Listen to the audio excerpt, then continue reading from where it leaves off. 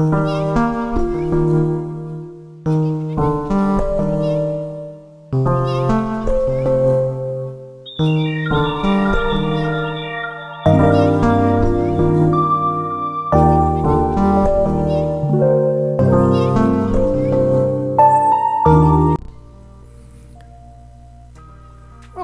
você está no canal Espiritualidade, Boas Histórias, né? Você que está aí prestigiando a gente, fazendo companhia pra gente, né? Postando no Facebook, né? Fica aqui nosso agradecimento, né? Sem você, nosso trabalho não teria o menor sentido, né? Então, só agradecendo, né? E para você que está chegando, está olhando aí o nosso trabalho, se gostou, se viu uma boa história, achou legal, deixa o seu like, né? Inscreva-se no nosso canal, né? Bom, hoje a gente recebeu aqui uma história muito massa, né? Chama o Bicho da Saudade, né? E começa assim. Pedro era um homem de meia idade, barrigudo, meio calvo, tinha um rosto cheio de rugas, quer dizer, parecido comigo, né? Usava um par de óculos, sem os quais não enxergava um palmo diante do nariz. Casado com a chata da Arlete, pai do imprestável do Simval e da preguiçosa da Marta. Coitado do Pedro. Para viver, Pedro vendia cachorros quentes num carrinho que ficava ao lado de um hospital. Ele tinha herdado uma casinha do pai, onde ele e a família se abrigavam. Os vizinhos do Pedro eram assim como ele, nada demais, apenas gente tentando sobreviver. O maior divertimento de Pedro era a novela das 10 horas, quando ele parava tudo para ver o cara malvado fazer malvadezas e o cara bonzinho sofrer com as malvadezas do cara malvado. Tinha também uma mocinha, porém, apesar de ela ser bonitinha, não tinha nada dentro da cabeça, só fazia chorar, né? A heroína da história só chora. Arlete, por sua vez, a mulher do Pedro, né? Foi criada dentro da filosofia que todo homem farinha do mesmo saco. Portanto, ela não perdoava o marido e sempre que a mocinha da novela aparecia na tela da TV, a Arlete dava um risinho e chamava o marido de safado. Safado, sem vergonha. Você assiste essa novela aí para poder ver a mocinha bonitinha, né? Bom, Pedro olhava para a mocinha, né? Depois a Arlete. E por fim, voltava a olhar para a mocinha, sem responder a patroa, né? Já que o próprio pouco caso dele com a opinião de Arlete dizia tudo, né? Ai, ai. Pai, me arruma R$100. O que você pensa que eu sou, Simval? Caixa eletrônico? Não enrola, pai, que eu preciso do dinheiro para sair com a gata. Vai trabalhar, menino? Quer R$100? Vai trabalhar, vai ganhar dinheiro. Simval saiu da frente do pai e não demorou para que ele reaparecesse acompanhado da mãe. Me dá R$100, Pedro. Ixi, Pedro olhou para Arlete, com cara de poucos amigos, mas já que ela não parecia ter dado importância ao azedume dele, Pedro se viu constrangido a pegar a carteira, tirar os R$100 e dá-los para ela, né? Que imediatamente passou o dinheiro para o filho, que saiu dando risada na cara do pai. Pai, conseguiu R$100. Pai, me arruma R$100. Pedro olhou para a cara à toa da filha, tirou a carteira do bolso e mostrou a ela que a carteira estava vazia. Poxa, pai, você deu R$100 para o Simval e não vai dar nada para mim? Você não entendeu, Marta. Eu dei R$100 para o Simval porque eu só tinha uma nota de R$100 na carteira. Então eu pedi para o seu irmão trocar o dinheiro e dar metade dos R$100 para você. O Simval não vai dar coisa nenhuma para mim não, pai. Com a cara mais séria do mundo, Pedro arregalou os olhos e falou grosso. Afinal de contas, ele era o pai da família, a autoridade máxima. Ele virou para a filha e falou assim: se o Simval não repartir o dinheiro com você, entra no Supremo Tribunal contra ele, que tenho certeza que a justiça será feita, minha filha. Supremo Tribunal, pai? É o outro nome da sua mãe, Marta. Marta, que não tinha nada de boba, foi direto no Supremo, que obrigou Simval a dividir os R$100 com ela. Pedro entrava em casa quando viu Marta se agarrando com um rapaz. Chegou junto e pediu uma explicação. Poxa, sogrão, não vi que estava aí. Sogrão coisa nenhuma, rapaz. Qual é, seu Pedro? Quando sua patroa colocou o senhor para fora da sua casa por conta da sua galinhagem, o senhor foi parar lá na minha casa, quando alugou um quarto na mão da minha mãe, viúva e dona da pensão. E toda hora eu apanhava o senhor e minha mãe numa maior pega. O Pedro coçou lá a cabeça, pensou um pouquinho, achou melhor deixar o casalzinho em paz e entrou em casa, encontrando a patroa com a caixa de sapatos no colo. Tá, caixa de sapatos. Tá? Aí a patroa virou para ele e falou assim, segurando a caixa de sapato, um cano furou. É mesmo, querida? Precisei de dinheiro para pagar um bombeiro para consertar o cano furado. E onde foi que conseguiu o dinheiro?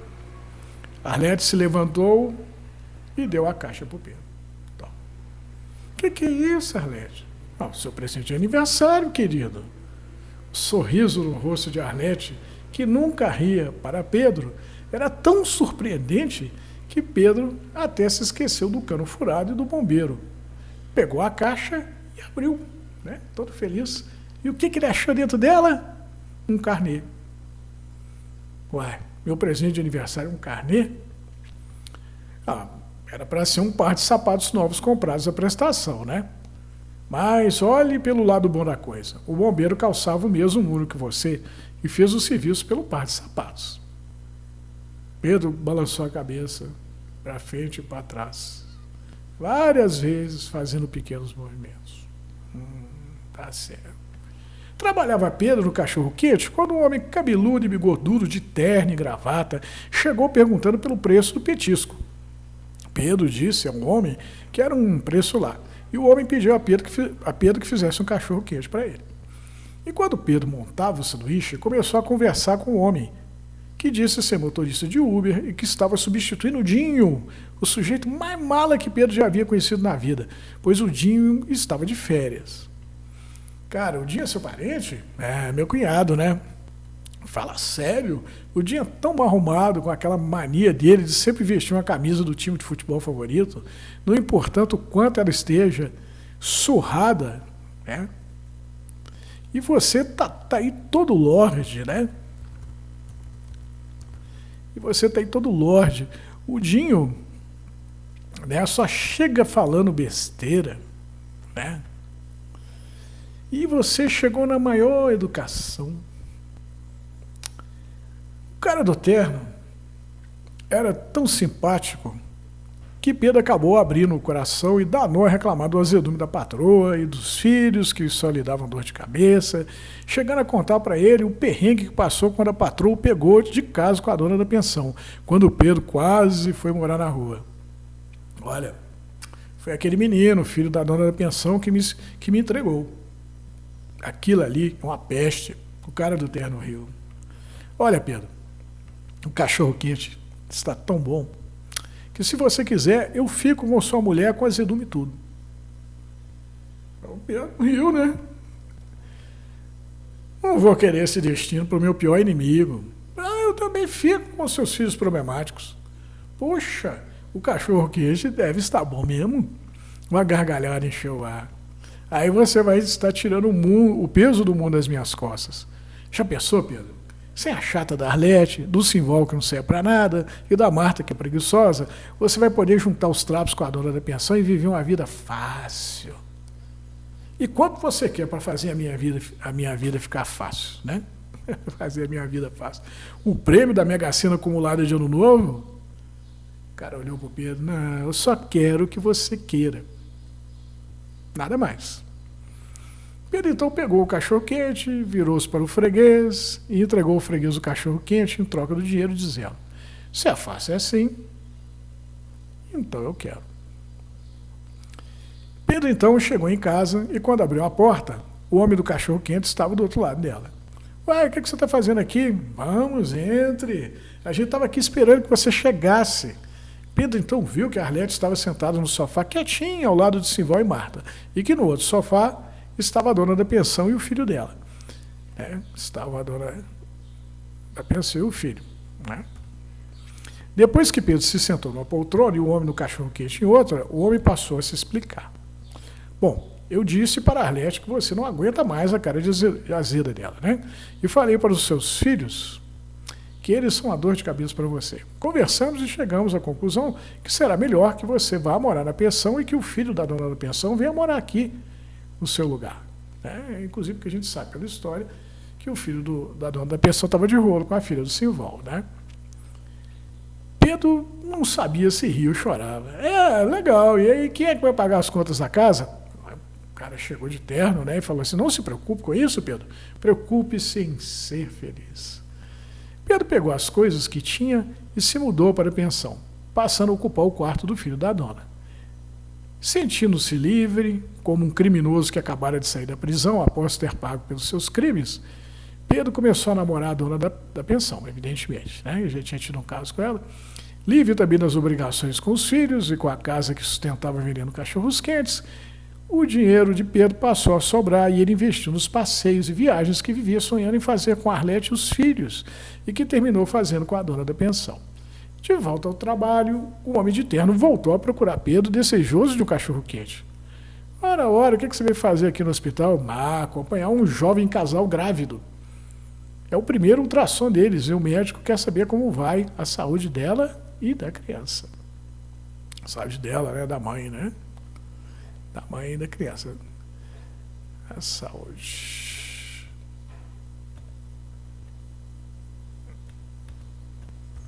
Da mãe e da criança. O freguês sorriu, né? E pegou todo satisfeito o cachorro-quente caprichado que Pedro entregou a ele. O vendedor, então, aproveitou para saber da antiga família. Como é que está Arlete? Arlete é uma mulher de fibra, né? Assim que você saiu pela porta de casa levando o dinheiro que sustentava a família, ela saiu atrás, ganhando dinheiro, fazendo faxina. E o Simval? Vendo o sacrifício da mãe, né? Simval também arrumou um jeito de ganhar dinheiro trabalhando numa banca de frutas no mercado e começou a levar a sério os estudos. Marta... o homem deu uma mordida caprichada no cachorro-quente, né? E virou para o Pedro e falou assim, Marta engravidou do filho da dona da pensão. Engravidou?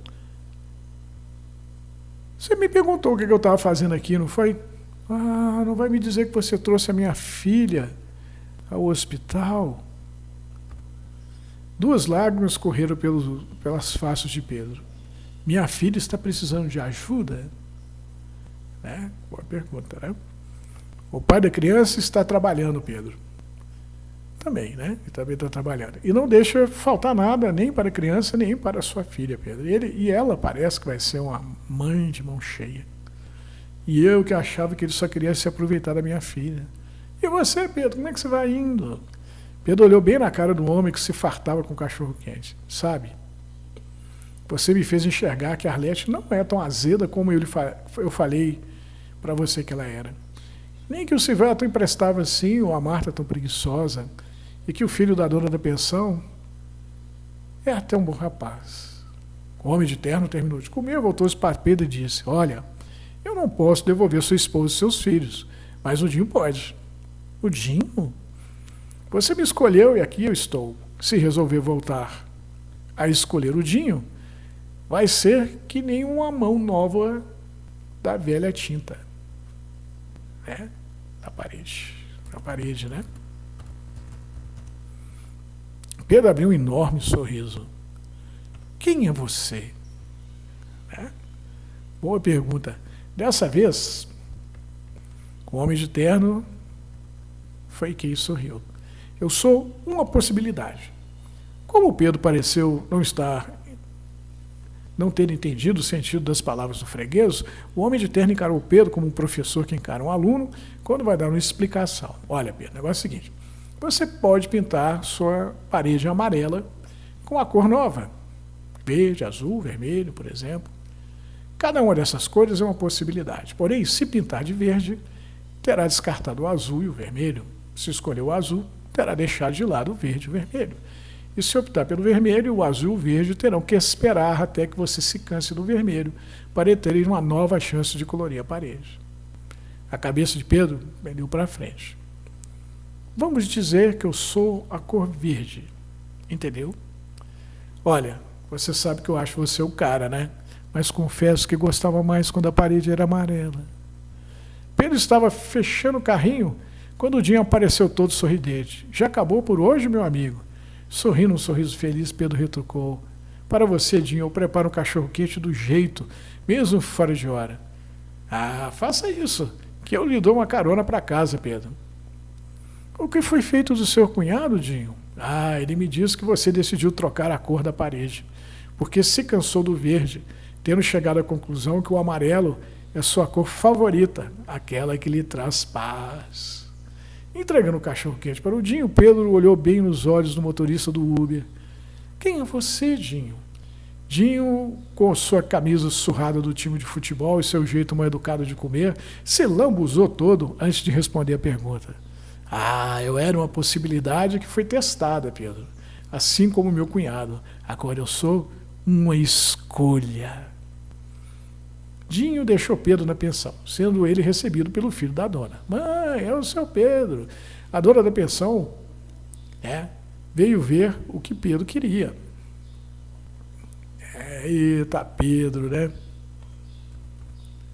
Mas ele apenas riu, né? O que ele queria, né? Ele apenas riu. E foi em direção à antiga morada, né?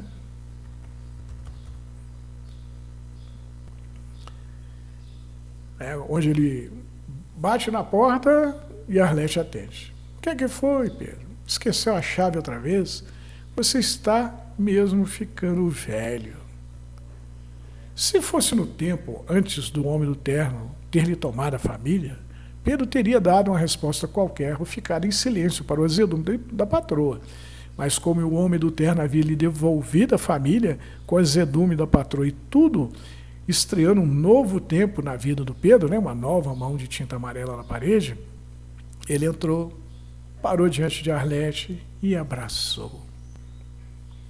Meio sem jeito, desacostumada com carinho, ela sorriu e perguntou: que bicho te mordeu, Pedro? O bicho da saudade, Arlete. Gostaram da história? Que boa história, né? Uma história muito legal. Né? Uma história que fala das possibilidades, né? Nós, a todo tempo, nos defrontamos com diversas possibilidades para a nossa vida. Né? É que nenhum texto fala, né? Você pode pintar a parede do Pedro, né, já estava pintado de amarelo, né? Amarelo seria o estado que ele estava, né, vivendo com a família, né, achando a mulher azeda, os filhos dando dor de cabeça, né? E o Pedro estava meio desiludido, né? E ele vendia cachorro-quente e tinha um motorista de Uber que estava lá sempre no cachorro-quente dele. E o Pedro não gostava muito do motorista, achava ele muito avacalhado. O cara avacalhado, avacalha o estabelecimento também, né? E o Pedro naquela vontade de mudar as coisas, de testar uma nova possibilidade, né? Das que a vida oferece pra gente, né? Aí me aparece um cara de terno, arrumado. Poxa, que freguês bacana. E o cara falou que era cunhado do Dinho, né? O motorista de Uber avacalhado. E o Pedro se sentiu tão feliz com aquela mudança, né? Falou com ele das dificuldades familiares. E aí o novo motorista de Uber, que estava no lugar do Dinho, enquanto o Dinho estava de férias, né?